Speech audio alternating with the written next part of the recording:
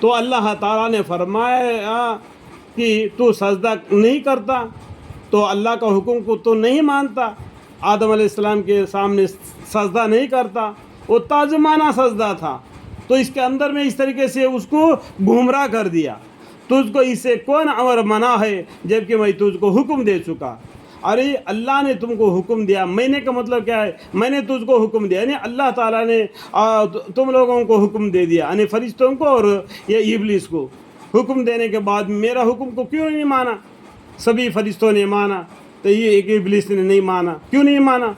کہنے لگا تو وہ ابلیس نے کہنے لگا کہ میں اس سے بہتر ہوں، جس آدم علیہ السلام کو آپ نے پیدا کیا اس سے میں بہتر ہوں، کیونکہ آپ نے مجھ کو آگ سے پیدا کیا۔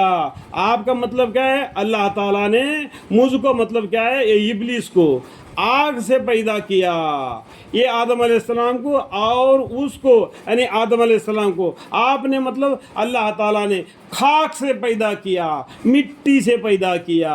یہ مٹی ہے، جتنا بھی اوپر لے جاؤ، آسمان پر لے جا کو پھینک دو وہ نیچے کو گرے گا، یہ گرنے والا ہے۔ یہ آگ کو کئی گڈھا نکال کے گڑھے میں آگ لگا دو، اس کا شعلہ اس کا بھاپ اوپر کو مارے گا، تو وہ کیا کہا؟ میں اٹھنے والا ہوں، یہ گرنے والا ہے۔ سمجھ میں آیا؟ یہ ابلیس کون ہے؟ آگ کا پیداش ہے، تو یہ آگ اوپر کو اڑتی ہے۔ چولہے کے پاس بھی دیکھو آگ کیا ہوتا ہے؟ اوپر کو اڑتی ہے، مٹی ڈال دو نیچے کو گرتی ہے۔ یہ آدم علیہ السلام خاک سے پیدا کیا، یہ گرنے والا ہے، میں آگ سے پیدا ہوا، میں اڑنے والا ہے، اٹھنے والا ہے، اس سے میں بہتر ہوں۔ اس طریقے سے وہ غرور میں آ گیا، اس لیے وہ سجدہ نہیں کیا، تو اللہ کے سامنے وہ ابلیس بن گیا اور شیطان بن گیا اور مردود بن گیا۔ حق تعالیٰ یعنی اللہ تعالیٰ نے فرمایا تو آسمان سے اتر، تو آسمان سے اتر، کیونکہ اللہ کا حکم کو تو نہیں مانا اور غرور میں آ گیا، میں بڑا، وہ نیچا، وہ نیچا، وہ نیچا، ایسا آپس میں بھید بھاؤ رکھ دیا۔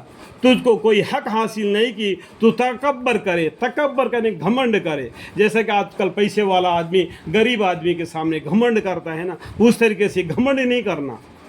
یہ کچھ اللہ تعالیٰ نے تم کو دیا ہے، وہ تمہارے اعمال کرنے کی وجہ سے دیا ہے۔ تم کو آگ سے پیدا کیا وہ اللہ کی مرضی ہے، اس کو مٹی سے پیدا کیا وہ اللہ کی مرضی ہے، اس کے اندر بھید بھاؤ نہیں رکھنا۔ روح سے مطلب ہے، تیرے جسم کے اندر بھی روح ہے اور اس کے جسم کے اندر بھی روح ہے۔